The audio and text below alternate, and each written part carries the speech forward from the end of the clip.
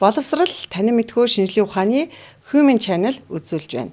Бид энэ удаагийнхаа дугаараар Монголын өмгөөлөгчдийн холбооны гишүүн өмгөөлөгч Балжидмаа мөн Монголын өмгөөлөгчдийн холбооны гишүүн өмгөөлөгч Хандармаа нарыг өрөө оролцуулж байна. За бид өнөөдрийнхөө дугаараар гэр бүлийн хүчирхийлэл, за мөн гэрлэлт цуцлалт, хүүхдийн асрамж, тэтгэмж мөн одоо санаатаагаар хүний бид хөнгөн зэргийн гэмтэл учруулах гэдэг нийгэмд илүү их түгээмэл тохиолддог гэмт хэрэгүүдийн тухай түүнээс хэрхэн урьдчилан сэргийлэх үү? Энэ талаар одоо үзэгч та бүхэндээ мэдээлэл хүргэхээр зорж байна. Өдрийн мэнд. За баярлалаа. Чамд олон энэ чаналын хамт олонд бас өдрийн мэнд хүргэе. За анхны дугаарт нь орж байгаадаа бол бас их баяртай байна. За бүгдэнд нь одоо энэ подкастыг үзэх өдрийн мэндийг хүргэе. За энэ подкастны сэдэв бол одоо нийгэм тулгамдж байгаа хамгийн түгээмэл сэдвүүд байна. Тийм учраас энэ сэдвүүдийн хүрээнд бол хүмүүст бас хэрэгтэй мэдээллийг энэ одоо сэдвийн хүрээнд өнөөдөр та бүхэндээ хүргэх болно гэдэгтээ итгэлтэй байна. Тэгэлгүй яах вэ? Тэгээд ер нь бол одоо юу гэдгийг Монгол улсын иргэн бүр те үндсэн хуулиараа баталгаатай идэх 18 эрх байдаг. Мөн одоо юу гэдгийг аливаа гэмтрэгээс урьдчилан сэргийлэх те одоо нийгмийн буруу хөшмөл ойлголт хандлагыг өөрчлөх мөн одоо хууль ёсны тэр эрх ашиг сонирхлоо хэрхэн яаж хамгаалах юм гэдэг тухайд одоо аль болохоор хэдүүлээ хуулийн хиллийг нэр томьёо ашиглахгүйгээр эн чинь нөгөө яг иргэд олон нийтэд зориулж хурж байгаа одоо подкаст учраас илүү их тийм энгийн үг хэллэг ашиглаад тэгээд иргэд олон нийтэд мэдээлэл хүргэе гэж бодож байна.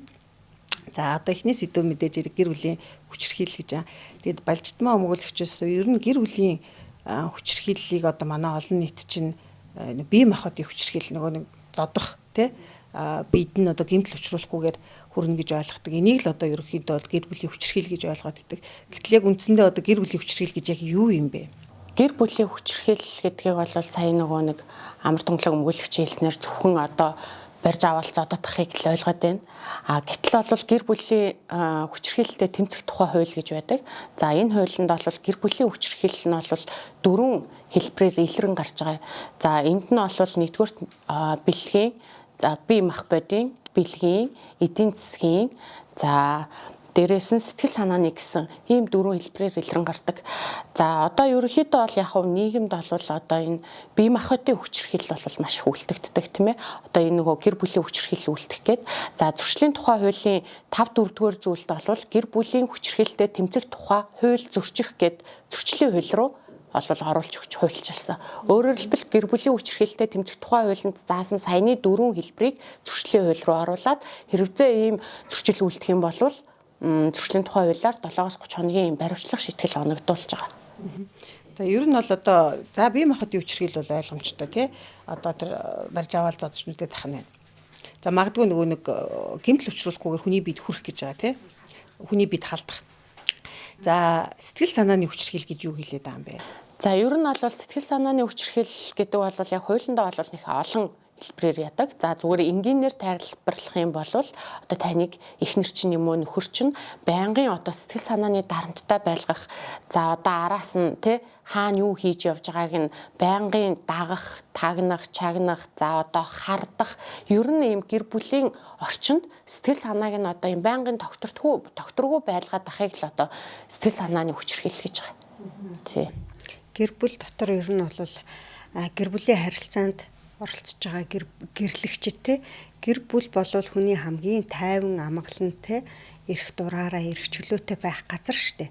За гэтэл одоо тэр эрх чөлөөтэй өөрийнхөө дураар одоо байх тэр орчинд л одоо сэтгэл зүйн хувьд тодорхой хэмжээний дарамттай, мөнгө санхүүгийн хувьд дарамттай, бие махбодын хувьд одоо сэтгэл санааны хувьд те байнгын ингээд зовир шаналлтай энэ болвол гэр бүлийн хүчирхийлэл хэлбэр юм аа л гэж хуулинд бол тухайлан заагаад байгаа. Тэгэхээр гэр бүл дотор бол ерөөсөө л хүн хамгийн гол нь амгалан тайван байх хэрэгтэй шүү дээ. Хүүхэд ч гэсэн амгалан тайван байх хэрэгтэй.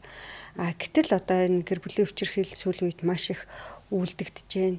За шалтгаан нөхцлүүд нь одоо маш их байдаг. Гэр бүлийн хүчирхийлэл үлдэгдэх шалтгаан, гэр бүлийн хүчирхийлэл үлдэгдэж байгаа суурь шалтгааны улмаас гэр бүл цуцлах одоо дараагийн үндсэн шалтгаан руугаа шилжиж байгаа юм л та. Ерөнхийдөө эдийн засгийн хүчирхийллэхээр янз бүрийн одоо тохиолдлууд байж болж байна. Бид нар янз бүрийн кейсүүд бол ярьж болж байна те. Жишээлбэл одоо юу гэдэг нь те Батагийн ихнэр булган шүүв аваад өмссөн байна ч гэдэг юм уу те. Брендийн цүх аваад одоо барьцсан байна ч гэдэг юм уу. Ингээд нөхөртөө ингээд өдөр шөнөгүй яншаад байдаг юм уу те. Энд чи одоо бас нэг талаас сэтгэл зүйн хувьд бас тайван бус байдалд оруулаад нөгөө талаас эдийн засгийн хувьд те ямар нэгэн байдлаар дарамт тушруулад байна гэж харж байгаа байхгүй. Тэгэхээр ийм одоо тохиолдлууд айл болгонд бараг байх үүсэхгүй баха тий. Энэ нөр одоо гэр бүл яг ямар хүчирхийлэл байх вэ? Эдийн засгийн хүчирхийлэл чи одоо янз байгаа. За жишээ нь одоо гэр бүл дотроо тий 50 амгалан байна гэд одоо амгалан 50 байгаа юм чи үр хүүхдэд төрүүлээд гэртээ сууж байгаа ээжүүд зөндөө байна шүү дээ тий. Үр хүүхдэд төрүүлээд гэртээ сууж байгаа цаг хугацааг одоо тий гэртээ зүгээр сууж ийн гэж ойлгодог зарим хүмүүс байна шүү дээ. За тэгэхээр зүгээр сууж байгаа гэдэг ойлголтоор одоо эдийн засгийн хувьд боомлох одоо хэрэгцээний мөнгийг нь өгөхгүй байх. За тэгээд одоо хүүхдийн хувьд одоо хүүхдэд одоо өдөр тутмын памперс те сүүний мөнгө гэл нэг яг ойр зүрийн хэрэгцээг нь тулсан хэрэгцээг нь хангаад гэтэл тэр хүүхдэд хараад гэртээ сууж байгаа эмэгтэй хүнд бол те маш их хэрэгцээ байгаа ч гэсэн одоо нөхрийнхөө одоо санхүүгийн боломж чадвар гэр бүлийн боломж чадварыг тохируулаад ингээ химнээд амьдрч яхад тэр нэг ойр зүрийн хэрэгцээг нь хангахгүй байгаа тохиолдлуудыг бас эдийн засгийн хүчирхийлэл гэж ойлгоно. Бусдаар бол ингээ булган шүүв авч гисэнгүй чи гэдэг чи одоо бол гэр бүлийн дарамт те эдийн засгийн дарамт.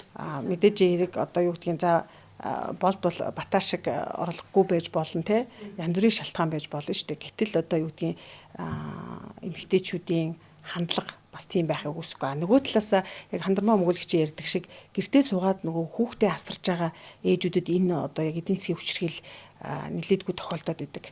Өөрөөр хэлбэл өөрийн гэсэн орлогогүй энэ цаг үед те хин нэгнээс хамааралтай болчихж байгаа байхгүй. Тэгээ заашгүй нэг мөнгөний хэрэгцээ шаардлага гараад идэг. Гэтэл нөгөөдг нь хязгаарладаг, боомлдог тий. Энэ байдлаар зүгээр сууж ээж тий. Дараагийнх нь бас нэг одоо энэ эдийн засгийн хүчирхийллийн бас нэг нь нөгөө өндөр насны тэтгэврт гарсан аав ээжтэйгээ хамт амьдардаг залуучууд байдаг штэ. За энэ бол ер нь бол нийгэмд байдаг байхгүй. Тэгэхээр нөгөө хамт амьдардаг өндөр настай аав ээжийнхээ тэтгэврийг аав ээжээрээ ахуулаад тийм ээ тийм байдаг шүү дээ фэйсбүүкээр бас яваал байдаг тийм ахуулаад тэр мөнгийг тэр өндөр настай хүн өөрөө хэрэглэх байдал өмнөөс нь тэр одоо үр хүүхэд нь хэрэглээд байгаа чинь өөрөө ерөөсөө яг хуульчлагдсан тэтгэвэр тэтгэмж. За дээрэс нь энэ дундын эд хөрөнгөө захиран зарцуулах эрхт нь халтахыг бас одоо эдийн засгийн хүчирхийлэл гэж аваа. Энэ юу яах вэ гэхээр одоо гэрийнхээ эд зүйлийг аваад зарж ийн одоо хамтран амьдрагч буюу гэр бүлийн эхнэрийнхээ зөвшөөрлгүйгээр те одоо зурагтаа ламбарт нь тавьсан тохиолдол байна. За одоо дугуй байвал тэрийгэ зарсан тохиолдол байна. Энэ маань өөрөө ингээд хүчирхийллийн нэг хэлбэр явагдаад байдаг. Гэтэл манайх юу гэж ойлгодог вэхээр хүчирхийлэл гэхээр л зодод зохиол ойлгоод байдаг. Гэтэл эн чинь бас ерөөсөө тэр нөгөө эдийн засгийн хүчирхийллийн нэг хэлбэр байхгүй юу. Тэгэхээр одоо юу гэдгийг энэ тохиолдол бас цөөхөн л дөө учиргүй одоо ингээл манай нөхөр ихнэр гэдэг юм уу те тийм юм аваачаа зарчлаа юм үрчлээгээд цагтаад гомдол гаргаад байдаг тохиолдол нь цөөхөн. Практик дээр ямар тохиолдол нь их байна вэ гэхээр манай нөхөр ирээд согтуурээ таксан тавилаа, намайг зодлоо. Энэ хүүсийн хувьд бол аль альныхаа эсрэг байж болно. Тэгээ ийм тохиолдлууд нь бол дийлэнх үлдэгтэй даа. Тэгэхээр юу гэж одоо ард иргэдээ хэлж байгаа гэхээр энэ одоо зодод зохихоос бас бусад саяны дээр ярьсанууд ч мөн адил хүчирхийллийн нэг хэлбэр болоод байгаамаа. Дийлэнхтэй нөгөө энэ бие махбодын хүчирхийлэл, гэр бүлийн хүчирхийлэл гэж олонх нь ойлгоод байгаа учраас ийм өөр төрлийн хүчирхийлэл одоо байдаг гэдгийг мэдэхгүй учраас нөгөө эрх бүхий байгууллагад ханддаггүй болов гэж ойлгоод байгаа. Тийм учраас бид нар энэ одоо эрх зүйн зохих ёсны эрх зүйн ойлголт мэдээллийг бас энэ подкастаараа өгөх юм зорилготой байгаад байгаа тий. Одоо энэ бэлгийн хүчирхийлэл гэж юуг ойлгох юм бэ тэгвэл? Бэлгийн хүчирхийлэл бол одоо яг нөгөө гэр бүлийн хүчирхийлэлтэй тэмцэх хуулинд бол бэлгийн хүчирхийл мөн эн чинь одоо дахиад бас эрүүгийн хуулинд бол хүчинтэх гэдэг ингээд гэмт хэрэг зөрчил ингээд тусдаа байгаад байгаа.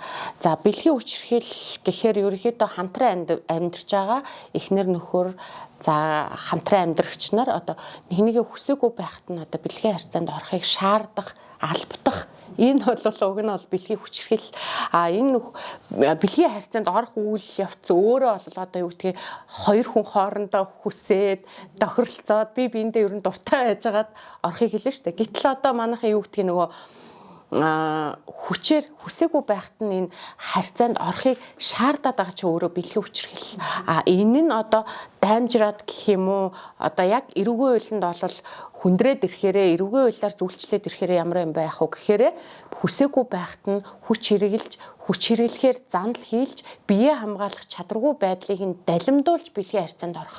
Өөрөөр хэлбэл биеэ хамгаалж чадахгүй байдал гэдэг нь юу гэлэх вэхээр согтуурсан, мансуурсан за мөн одоо бага насны хүүхдийн эсрэг биеэ хамгаалах чадваргүй нэг юм одоо тухайн хүнээс одоо бие хөгжлийн хувьд те ингээд ямар ч байсан тэр хүнийг эсэргүүцэх боломжгүй нөхцөлд үлдэхээр хүчин дэх гэмт хэрэг болоод эрэмийн харилцаанд гэр бүлийн харилцаанд бол хүсээгүй байхад нь бас албатан энэ хүчээр бэлгийн харилцаанд орох нь өөрөө гэр бүлийн хүчирхийллийн бэлгийн хүчирхийлэл болоод байгаа.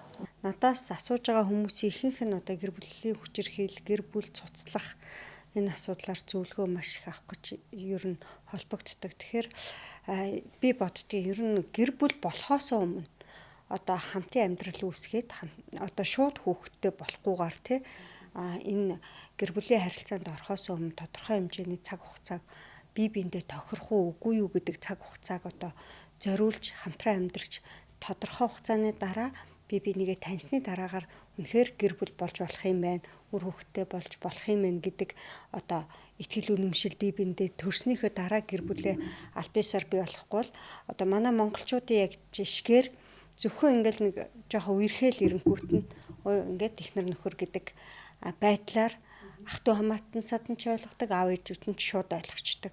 Тэгэл энэ хоёр ингээд шууд суух хэрэгтэй юм шиг. Гэтэл тэр хүнтэй хамт амьдраад нийцэх юм үгүй мó одоо гэр бүлийн амьдралаа хамт амьдрах хүнээ сонгоно гэдэг чинь ерөөсөө хүн амьдралынхаа бараг 99% сонгож байгаа байхгүй. Тэгэхээр тэр алхмаа хийх гэж байгаа учраас хүн залуучууд те хүүхдүүд одоо би ч одоо том хүүхдтэй болоод ирэнгүү тэрийг амар сайн ойлгож эхэлж байгаа байхгүй. Үерхэг л дээ те. Тэг үерхэж байгаа хүүхдүүдийг шууд эхнэр нөхөр гэж хүлээж авах тэр сэтгэлгээгээ эцэг эхчүүд бас арилгамаар байна. Энэ чинь бас нөгөө нийгмийн буруу хөвшмөл ойлголт хандлага шүү дээ. Тий, дахиад өөр хүнтэй үерхэг, дахиад тэр хүнтэй нийцгүй л болох л дээ те.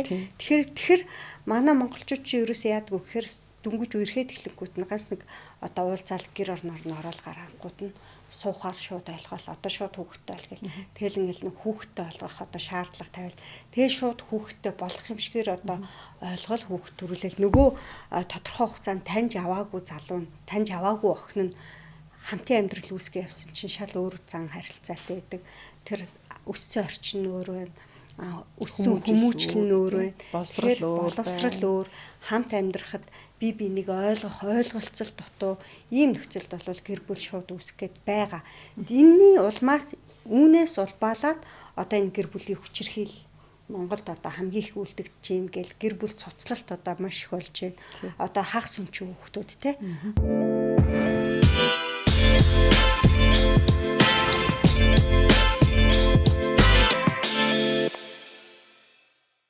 Гэр бүлийн хүчирхийлэл гээд ингээд үйлдэлээгээд тэнгуут цаа ингээд ярианаас зөвхөн эхнэр нөхөр хоёрыг байх юм шиг яриад штэ. Ярьчлаа штэ. Тэгэхээр ойлгохоор тэгтэл гэр бүлийн тухай хуулинд гэр бүлийн одоо хамаарал бүхий харилцаатай хүн гэж төрсөн аав ээж те дагвар хүүхэд буюу үрчилж авсан дагвар хүүхэд үрчилж авсан хүүхэд одоо ерөөсөө эдрийг л гэр бүлийн хамаарал бүхий харилцаатай гэж байгаа байхгүй ах эгч дүү. За тэр байтугай одоо нөгөө гэр бүлээ батлуулаагүй ч гэсэн хамтран амьдарч байгаа бол гэр бүлийн хамаарал бүхий харилцаатай хүн. Эдгээр хүний эсрэг хүчирхийлүүлэх нь өөрөө тэр зөрчлийн тухай хуулиараа шийтгүүлэх одоо энэ хуулийн үйлчлэлд хамаарж байгаа хүмүүс аахгүй. Тэгэхээр зөвхөн эхнэр нөхөр зодтолтоод байх юм биш те. Одоо ах トゥ хоёр төрсөн ах トゥ хоёр бас бинээ зодсон тохиолдол байна. За төрсөн ах нь одоо юу гэдгийг их чигээч гэдэг юм уу те. Эдгээр чинь өөрсдөө энэ гэр бүлийн тухай хуулиараа одоо гэр бүлийн хүчирхийлэл хуулиараа гэр бүлийн тухай хуулиараа гэр бүлийн хамаарал бүхий харилцаатай хүмүүс гэж эдгээр одоо ерөнхийд нь бол хамаатан саднууд л гэсэн үг те. Бас эхнэр нөхрөөс гадна. За хариуцлага. Одоо өөрөөр зөрчлийн тухай хуулиар хариуцлага оногдуулж байгаа. За 7-30 хоног баримтлах өөр сонгох санкц байхгүй. Тэгээд албатан сургалтанд хамруулж байгаа. Энэ өөрөө зүгээр хуульч хүний хувьд харахад эмзэглэх юмнууд байдаг юм аа. Одоо ингээд нөгөө сонгох санкц байхгүйгээр шууд л одоо гэр бүлийн хүчирхийлэл өгсөн дуудлага өгсөн л бол эрх бүхий албан тушаалтан шалгаад шүүх рүү шилжүүлчихэж байгаа. За энэ тохиолдолд одоо яаж ч байсан 7-30 хоног баримтлагтаад алтан сургалтанд хамруулчихад байгаа. Гэтэл тэр хүн чинь цаана ажил нь явж байгаа. За ажиллаа хийхгүй бол ажлаас чөлөөлөгдөх асуудал. За магадгүй эдийн засгийн цалин мөнгө орлого байхгүй. Ингээд нэг гэр бүлд чинь илүү их дарамт учруулад байгаа байхгүй. Уг нэг юм хүчирхийллээс ангижруулах гадж байгаа мó те ингээд нэг хариуцлага ногдуулаад идэг. Гэтэл байдал дээр тэр нь нөгөө амьдралд нөгөө тусч байгаа буулт нь өөрөө бас дахиад нөгөө нэг хариуцлага одоо юу гэдгийг шийтгэл болчиход байгаа байхгүй тий. Тэгэхээр энэ байдлыг бас зүгээр яг хуульч хүний үед эргээд харах хэрэгтэй юм болов энэ хуульд бас нэмэлт өөрчлөлт оруулах тухайд бол бас энэ хойш төр дуу хоолой өргөөсэй гэж боддгийн. Нэгдүгээр хоёрдугаарт гэвэл өмнөх хуулиар бол талууд эвлэрсэн тохиолдолд гомдлоо татцсан тохиолдолд хэрэгсэхгүй болгоод зөрчлийн эргийг нөхөөс татгалзаад ингээ явцдаг байсан хуулийн зохицуулалт нь. За сая шинэ хуулиар бол одоо ямар нэгэн байдлаар сонгох цаагцгүй эвлэрэх боломжгүй болгоод шууд л нөгөө ачаад явуулцдаг. Нэг ийм дүр зураг. За тэгээд тэнд 7-30 хоног баривчлсан хүний сэтгэл зүй ямар болоод гарч ирэх вэ? Харин ч нөгөө уур бухимдал нь нэмэгдсэн. За одоо ер нь намайг ийм газар оруулсан. Одоо ер нь салнаач гэдэг юм уу? Түр хандармаа мөнгөлөгчийн яриад идэг тийм байхгүй. Нөгөө гэр бүл салах урдч нөхцөл болоод байна штэ гэдэг ийм асуудал бас хаана байгаад байгаа маа тийм ийм асуудлууд тийм. За энэ бол одоо нөгөө насны хувьд бол харьцангуй тий залуу хосууд энэ дунд ч байна. За нас тогтцсон хүмүүс энэ дунд ч байна.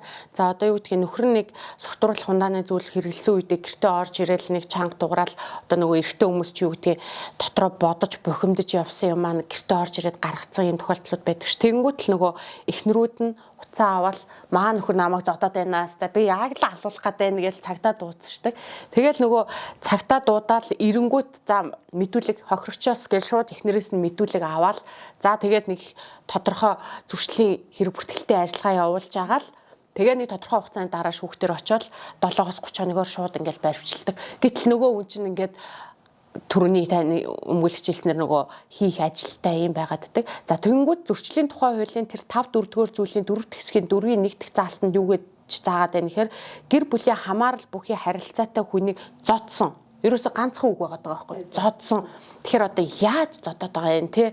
Одоо энийг одоо юу гэдгийг бас жоохон юм ялгамжтай байдлаар оруулж өгөхгүй болвол зодсон гээл ингээд ганц үг биччихэнгүүт л одоо нөгөө буудан руу түлхээл ерөөсөө гэр бүлийн хүчирхийлэл үйлцсэн болцсон юм тохиолдол зөндөө байна. Одоо ингээ манай эрэгтэй найзууд дундаас ч гэсэнтэй одоо яриалтай хөшөө маргааш одоо шүүх уралдаа манай ихнэр одоо мен ч одоо те ингээд ганц төвлөгцсөн чинь л одоо өстой болохгүй ингээ баримтлагаа аваад одоо ажигдах боллоо.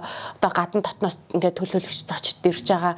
Би одоо яах вэ гэдэг ийм байдлаар ингээ ханддаг. Гэтэл нөгөө тухайн үедээ хохирогч юу гэдгийг хааста ингээ манай нөхөр орж ирээд намайг амар ингээ зодсон гэл нэг яг эмгтэй хүн л дээ. Тэгээд ингээд их гомдолтой байдлаар мэдүүлгээ өгчдөг.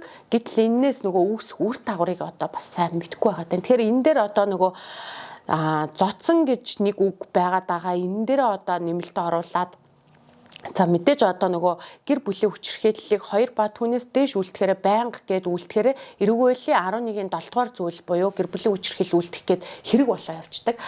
Тэр хэрэг нь болохоор байнга гэдэг нь одоо 2 ба түүнээс дээш 2 ба түүнээс дээш болоод эхлэхээр байнга болвол одоо энэ чинь эрүүгийн гэмтрэг. Эрүүгийн гэмтрэг болчихж байгаа үүсгээд байгаа байхгүй юу? Тий. 2 удаа зөрчлийн хуулиар гэр бүлийн хүчирхийлэл үйлдсэн гэж баримтчилгаанд яваал ирээл 3 удаагаа ахаад дуудлага мэдээлэл бүртгэгдэл явангууд шууд эрүүгийн гэмтрэг болчихж байгаа байхгүй. Тий.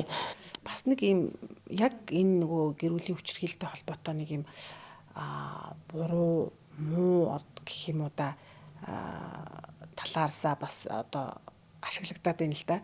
Тэр нь юу гэхээр ямар нэгэн байдлаар нөгөө гэр бүлээ цуцлахаас урьдчилан нөхцөл болгож өөрөөр хэлбэл энэ гэр бүлийн хүчирхийлэгчээ гэд шүүхээр тогтоолгочих юм бол нөгөө хөрөнгийн маргаанч байдаг юм уу эсвэл нөгөө хүүхдийн асрамж тэтгэмжтэй холбоотой асуудал дээр энэ чинь буруугаар ашиглаад байгаа. Ийм одоо тохиолдлууд бас нилээдэггүй байгаад байна. Ер нь юу л да хоёртмол ойлголттой тий. Яалтчгүй бас тий хүчирхийл үйлдээд байгаа хүмүүс бас байна тий. Эднэр дээр бол 7-30 хоног явуулах нь зүйтэй. За энэ дээр хуулийн бол сонгох одоо санкцтай байх ёстой гэдэг дээр нь хуулийн төсөл одоо явж байгаа мөлий. Тэгэхээр ер нь бол батлагдах байх тий. За практик дээр одоо дандаа ингээд баримтлаганд явуулаад байгаа нь гэр бүлд муу үр дагавар үүсгэж байгаа нь бол нотлогдоод харагдсан учраас. За яагаад ингээд энэ зөвхөн баримтлагаатай байдсан бэ гэдэгт тэр нэг гэр бүлийн хуулийн талаар хэлэлцүүлэхт оролцож байхад манай монгол эрчүүд чи ерөөсөө мах цуснд нь шингээж ижил ойлгодог болохгүй мэн гэр бүлийн хүчирхийллийн зодоод байгаа байдал нь шүү дээ тий. Маш их байсан учраас ер нь энийг болдгоо юм шүү гэдгийг ойлгуулахын тулд одоо ингэж 7-30 хоногийн баримтчилгаа байж ээж манай монгол эрчүүд одоо тодорхой цаг хугацааны дараа төлөвшнө гэж оруулсан юм а гэж тайлбарлаж байсан. Тэгэхээр одоо бол ихэнх одоо эрчүүдийн дунд бас гэр бүлээ зодож болохгүй, хүчирхийлж болохгүй гэдэг ойлголтыг бол авсан байх гэж бодож байна. Тий. Тэр нөгөө Facebook дээр яваадсан бүстэй нөгөө манай нөхөр баримтчилгаанд суучаад гарч ирээд нөгөө хамт баримтчлагдсан хүмүүстэйгээ найзууд олцоод гарч ирж архиугаад буцаа орчлоо гэх. Ер нь бол яг үндэ бол тэнд ингээд баримтчлах шийтгэл гэдэг чинь ерөнхийдөө эрхчлөөг нь бас хязгаарлаж байгаа байхгүй тодорхой хугацаагаар тодорхой хоногоор тий эн чинь хүний хараа хяналтанд доор шүүхийн шийдвэр гүйцэтгэх байгууллагын одоо тэр тусдаа баримтлах байранд ингээд эрхчлөөг нь хязгаарлаад тодорхой хоногоор хинтээж харилцахгүй тий өдөрт нэг ганц удаа уцаар ярьдаг юм уу ингээ байлгачдаг тэгэнгүүт нөгөө юу яадаг байхгүй эхнэрүүд буюу одоо тэр найз бүсгүүчүүд ч юм уу юу гэдгүү гэхээр тий тэр хүнийг тийшээ баримтлаганд явуулчихаар яг үндэ бас хэцүүддэг. Тэг би нэг амар ингээд эрчүүдийг өмөрөөд байгаа юм биш.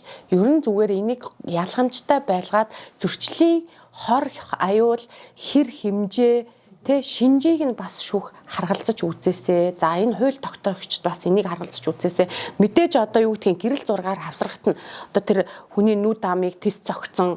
Үнэхээр ингээд айхтар олгоод зохид зодсон болвол бас нэг өөр. Гэтэл одоо юу гэдгийг гэж нэг чанга орилоод түлхснийхээ хариуд бас тэр хүн 14 хоногийн ч юм уу баримтлаганд явчихаар бас хайран байгаа байхгүй. Манай нэг тохиолдол дээр гарсан л да эрэгтэй нь бол одоо нөхөр нь гэртээ ирүүл байсан. Нэг ковидын үеэр болсон. Тэгээ эхнэр бол одоо найз нөхдөдөө гадуур жоох ууж идчихэд гэртээ орж байгаа. Ороод нөхөртөө агсан тавьж байгаа. Гэхдээ нөхөр нь одоо агсан тавиад гэрээсээ гарна орно гэхээр нөхөр нь хязгаарлсан тий одоо согт байна болохгүй гэд гэртээ амар гэдэг байдлаар шаардлага ингээд тавьж явах явцад эхнэр намаа гарахгүй байх гэдэг шалтгаанаар цагдаа дуудаж байгаа. Нөхөр маань намайг одоо гэр бүлийн хүчирхийлэл үзүүлээд байна гэд. Тэгээ цагдаа ирээд нөхрийг аваад явах гэхээр нөхөр ирүүл. Эхнэр согтуу. Гэхдээ эхнэрт одоо согтлын зэрэг нь ямар байна гэдэг тогтоохгүй. Гомдол гаргасан хүн эмэгтэй эхнэр нь учраас эхнэрт бол ямар ч асуудал байхгүй байна л гэж ойлгоод байгаа. Тэгээ нөхөр нь ирүүл гэртээ ингэ байж идэг. Нөхрийг ингээд ирүүлжүүлэх гэхээр болохгүй. Тэгээд ямар ч үсэн тэр цагдаагийн хэлцээр авчиад ингээд шүнжэнгөө суулгацсан баа. Тэгээ манай өөрчлөлөгч ингээ орой шүний яриад одоо намайг ингээд нэг талаасаа залхаан цэрлүүлээд эрүүлжүүлэх гэхээр эрүүлэх хүн учраас болохгүй. Тэгээ маргааш өглөө болтол тэр нөхрийг одоо тэр цагдаагийн байгууллага дээр л одоо эрүүдэн шүүгэл байлгах гэсэн юм санаа зорилгоор л асуудал хандсан байсан. Тэгээд яг орой очиод авсан. Тэгээд тэрэн дээр одоо жишээлбэл шүүх тогтоохгүйгээр одоо тэр манай өөрчлөлөгч 14 хоног өгсөн л дөө. Гэр бүлийн хүчирхийлэл үйлцэлсэг тогтоогдоогүй зөвхөн хохирогчийн дуудлага мэдүүлгээр ерөөсөө ам мэдүүлдэг. Тэнд одоо ямар нэгэн зураг хавсгасан юм байхгүй, тий? Гэрч байхгүй. Тэгэхээр ерөөсөө хохирогчийн мэдүүлгээр хин нэг гэр бүлийн хүчирхийлэл үйлдэгчгийг буруутгаад 7-30 хоног эрхчлөөг нь хязгаарлана гэдэг бол нэг талаасаа бас байж боломгүй л юм байгаад байгаа. Тий. Хаана бид нар бас анхаарах хэрэгтэй тий. Тэр шүүгч одоо хэрэг уншиж байгаа шүүгчид үнэхээр тэр одоо айлт болсон үйл явдлыг дүгнээд сонгох байдлаар тий хэр зэрэг одоо хор хохирол учирсан байна гэдгээс хамаарат шүүгчид сонгох боломжтой байдлаар тийм хариуцлага байх нь зөв л дөө. За одоо манай хоёр өмгөөлөгч гуруулаа ингээд яриа өрнүүлээд байж хахад ихэвчлэн ингээд гэр бүлийн хүчирхийл ярьж хахад эмэгтэйчүүд их хохирогч болсон одоо тухай кейсүүд их татаж ярьж байна л да. Ер нь хүчирхийлд хүүс хамааралтай юу? Уул нь бол хамааралгүй шүү дээ. Уг нь бол хамааралгүй. Тэгэхээр манай одоо энэ эрэгтэйчүүд гэр бүлийн хүчирхийлд хэр их өртдөг юм бэ? Хүчирхийлд өртөж байгаа ч гэсэн эрэгтэй хүмүүс ер нь бол ихэвчлэн за эмэгтэй нөө нэг эмэгтэй хүнд гар хүрж болохгүй өнтер гэдэг эмэгтэй хүнийг одоо хүндлэх сэтгэлгээгээр хүүхдээ хүмүүжүүлдэг шүү дээ бид нар чинь. За тэр утгаараа ч юм уу ер нь бол одоо асуудал хурцдахгүй бол намайг хүчирхийлээд байна гэж ер нь ханддаггүй. Ер нь л за одоо яг ингээд уурна гарчин ч гэх юм уу те. Эрэгтэй хүмүүсээ ч гэсэн бид нар өмгөөлж байгаа шүү дээ те. Тэг өмнө та яагаад ингээд цагтаад өгдөггүйсэн ингээд ингэхээр за явахтай тэгэхэд их нэрийгээ цагтаад өгөө явж идэн ч гэж юу авахтай гэдэг байдлаар л монгол эрчүүд ийм хандлагатай тий. Тэгээд буцаад тэр нь буцаад гэр бүл цуцлах шүүх хурал болоход бол өөрийнх нь эсрэг ашиглагдчихдаг байхгүй. Сая нэг ийм тохиолдол байна л да. Эрэгтэй нөхөр нь одоо хамтын амьдралд нөхөр нь бас аль биесний нөхөр нь бол биш хамтын амьдралтай эрэгтэй нь эмэгтэйгээ цагдаагийн байгууллагад төгс гэр бүлийн хүчирхийлэл үлдсэн гэдэг. Тэрэн дээр бол маш олон баримтууд байсан л да. Нөхрийгөө ингээд зодцсон одоо найз хамтын амьдралтай залууга зодцсон. Зодцохдоо бас нэлээд тийм бас юм харгас байдлаар зодсон. Ийм асуудал тэр шүүхээр орсон л доо. Ороод ингээд шийдэгдээд явсан. Тэгээд миний хувьд бол зүгээр яг өмгөөлөгчүүд анхны л тохиолдол эрэгтэй хүн гомдол гаргаад ингээд хоргочоор тогтоогдоод шүүхээр ороод ингээд явсан тохиолдол зүгээр нэг байгаад байна. Тэгэхээр харьцангуй бага л да. Яг л хандармаа өмгөөлөгчийн хэлдэг шиг эрэгтэйчүүд за яах вэ одоо би юу гээл ихнэрийгээ цагдаа сэргийлэхэд өгөөд явж явах уу? Гэхдээ ерөнхийдөө ихнэртэй зодуулсан гэд явж яах гэдэг чинь эр хүн штэ би чинь гэдэг ийм хандлагаар хандаад идэг.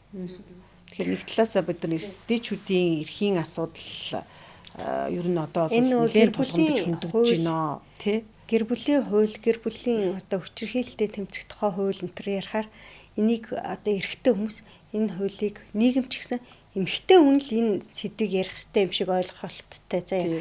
Гэр бүлийн хуулийн хэлэлцүүлэг чудаан эмэгтэйчүүд. Тэгсэн чи ясаа эрүүгийн хууль дээр тэр эрүүгийн хэрэг хянаа шийдвэрлэх тухай хуулийн хэлэлцүүлэг дээр дан ирчүүд. Энэ хуулийг хэлэлцэх асуудал дээр чинь дан хүүсээр ялгаруулах эсгүй тэнд гэр бүлийн харилцаанд эрэгтэй хүний эрх ашиг ч гэсэн хөндөгж байгаа учраас эрэгтэй хүмүүс ч гэсэн тэгш эрэгтэй оролцох хэрэгтэй. Нөгөө эрүүгийн хэрэг хянаа шийдвэрлэх дээр ч гэсэн бид нар ч гэсэн оролцох хэрэгтэй байхгүй. Тэгэнгүүт эмэгтэйчүүд илүү ажиллаж байгаа учраас эмэгтэйчүүдийн эрх ашигыг хамгаалсан заалтууд илүү их орж байгаа.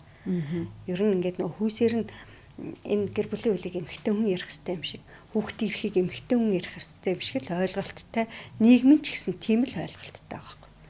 Би 2017 онд яг энэ гэр бүлийн тухай хуулийн шинжилсэн найруулгын ажлын хэсэгт нэг хэсэг орж ажилласан. 2007 оны хууль. 2017 одоо эн чинь бодог 20 жил одоо энэ шинжилсэн найруулгыг хийх гээд хийж чадахгүй баталж чадахгүй ингээд явж байгаа л да тий. Одоо хүртэл би 2017 онд ажлын хэсэгт орох нэг боломж тохиолдоод байжсэн. Тэрэнд одоо Баавгагва гэдэг бас нэг судлаач тэг бусд нь ажлын хэсгийн бусд нэмэгтэйчүүд байсан. Тий. Тэгэхээр бас их тийм сонин тохиолдолтой тий эн чинь гэр бүлийн тухай хууль гэдэг чинь хүйсийн хувьд бол эн чинь аль хүүснээс л бүрдэж байгаа шүү дээ. Эрэгтэй эмэгтэй хоёр хүүснээс л бүрдэж байгаа шүү. Тэгэхээр харцангуй одоо энэ тал дээр бас эмэгтэйчүүдийн дуу хоолой илүү их байгаад идэг баг. Тэр ч утгаараа бас эрх нь илүү их хамгаалагдсан заалт юмнууд их ороод яваад идэг баг тийм ээ. Нэмээд хэлэхэд одоо энэ гэр бүлийн хүчирхийллээр зөрчлийн тухай хуулиар шийдэхдээ зүгээр завчаад байгаа байхгүй. Энэ ингээд те зүгээр зөрчлүүлэгдсэн гэл ингээд те. Тэнгүүт надад нэг хүн ирж үйлчлэгээ авсан байхгүй. За тэр яасан гэхээр нөхөртөөгөө хоёлаа ингээд гэртээ байжсэн. За нөхөр нь болохоор нэг хүүхэдтэй одоо те одоо эмэгтэй хувьд бол тэр хүүхэд дагвар хүүхэд байгаа даа штэ. За ингээд гурлаа байжсан чинь гаднаас одоо гэр бүлийн маргаан үүсээд тэнгүүт одоо нөхөр нь эхэлж одоо нөгөө эрэгтэй хүн хохирогч болт юм уу гэдэг штэ тий. Гэтэл нөхөр нь эхэлж одоо гомдол гаргасан. Манай эхнэр энд ста нэрээ 40 хинжээ нэгээд За өстө хамаг юм аваад эвдэлж хаглаад өстө аяга маяг шидэд гэл ингэдэг байхгүй. За ингээд нэг ийм хүн хандаад за шүүхээс одоо хоногийг нь бол мартчих 10 хоногийн баримтлах шитгэл оногдуулчлаа гэд нэг эмэгтэй ирсэн. Би гэр бүлийн хүчирхийлэгч болчлоо.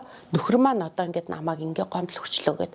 За тэгээд чи яасан гэдгсэн чи нөгөө шүүгчийн нөгөө шитгэл оногдуулсан шитгэхүрийг биелүүлэх хугацааг ямар ч байсан нөгөө эрүүл мэндийн шалтгааны улмаас хүсэлтээ өгөөд 7 хоногоор хойшлуулчаад хүрээд ирж байгаа байхгүй юу.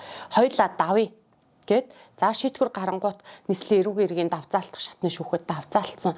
За тэн дээр одоо хохирогч одоо нөгөө гэр бүлийн зөрчил үйлцэн холбогдогч эмэгтэй маань одоо яг тухайн цаг хугацаанд бол ерөөсөө ингээд хаалгаанд орцсон. Тэг ингээ бүтэн цээж нь ингээ маарлаар ингээ битүү ороогдоод ингээ боогдсон. Тийм хүн ер нь бол одоо хүний эсрэг хүчирхийлэл үйлдээд тэр аяг тавгийг авч шидэд хүн зодоод байхаар биш байхгүй. Хөдөлгөөний ингээ хязгаарлалцсан байхад яагаад тэрийг өнөөдөр прокурор эрх бүхий албан тушаалтан шүүгч өнөөдөр шийдээд хоногоор ингээ баримтлах шийтгэл өгч байгаа. Тэнгүүт нь бит хоёр яасан гэхээр давзаалтах шатандаа нөгөө гэрэл зургуудаа хавсаргаад ийм өвчтний улмаас энэ хүн одоо тэр хүчирхийллийг чи үйлдээгүй. Энэ бол зөрчлийн шинжгүй. Энийг хэрэгсэхгүй болгож өгөөч. Анхан шатны шийдвэрийг хүчингү олгооч гэдэг байдлаар орсон. Давзаалтах шатны шүүх бол гомдлыг хүлээж аваад тухайн эмэгтэйд оногдуулсан баримтлах шийтгэл оногдуулсан тэр шийдвэрийг бол хүчингү олгосон. Тэр энүүгээр юу хэлэх гээд байна гэхээр жоохон юм хөрсөн дээрээ буугаад те нэрээ одоо үнэхээр яг энэ хүүхэн тэр нөхрөө одоо хүчирхийлэхээр хэмжээнд байсан юм уу байгаагүй юм уу. За энэ дээр ингээд нэг юм гоё юм бодтой уул суурьтай хандуул их зүгээр байгаа байхгүй. Тэгэхгүйгээр ингээл мэдээ анаал тас зохиол тэд хоног гэл ер нь бол мэдж байгаа штэ зөрчлийн хурал яаж болдог вүлээ. Зүгээр орол гараал ерөөсөө очрлоо тэнд ерөөсөө тэр нөгөө яалтчгүй яах вэ нэг эрх үүргийг танилцуулж байгаа юм. За ингээл нэг осолтгүй тэгэл нөгөө зөрчлийн прокурор нь шүүх хуралд орж ирээл тэд хоног гээл ерөөсөө ингээд байгаа байхгүй. Тэгээ одоо бараг нөгөө тоглоомгүй хэлэхэд бол баримтлах байранд дүүрж байгаа шүү дээ. Хүнээ дийлэхгүй. Тэгэхээр энэ дээр жоохон яалгамжтай хандмаар л санагддаг шүү дээ. За тэгээ одоо гэр бүлийн хүчирхийллийн хохирогч гэж одоо өөрийгөө ойлгож байгаа эрэгтэйч вэ, эмэгтэйч вэ те нөгөө уур бухимдлаа дарсныхаа дараа одоо оройтхгүй шүү дээ. Цагдаад гомдол мэдээлэл гаргах нь бол оройтхгүй. Тэгэхээр юу гэдгийг тухайн одоо үеийн уур амьсгал тэр нэг сэтгэл хөдлөлөөс хамаарат шууд дуудлага өгчөд идэг. Тэгэхээр дараа нь одоо өстө нэрээ ханы ижил мань юм байгаа би одоо өстө ингэж болохгүй бид хоёр эвлэрч уучраа олцсон гомдлоо татъя гэдэг.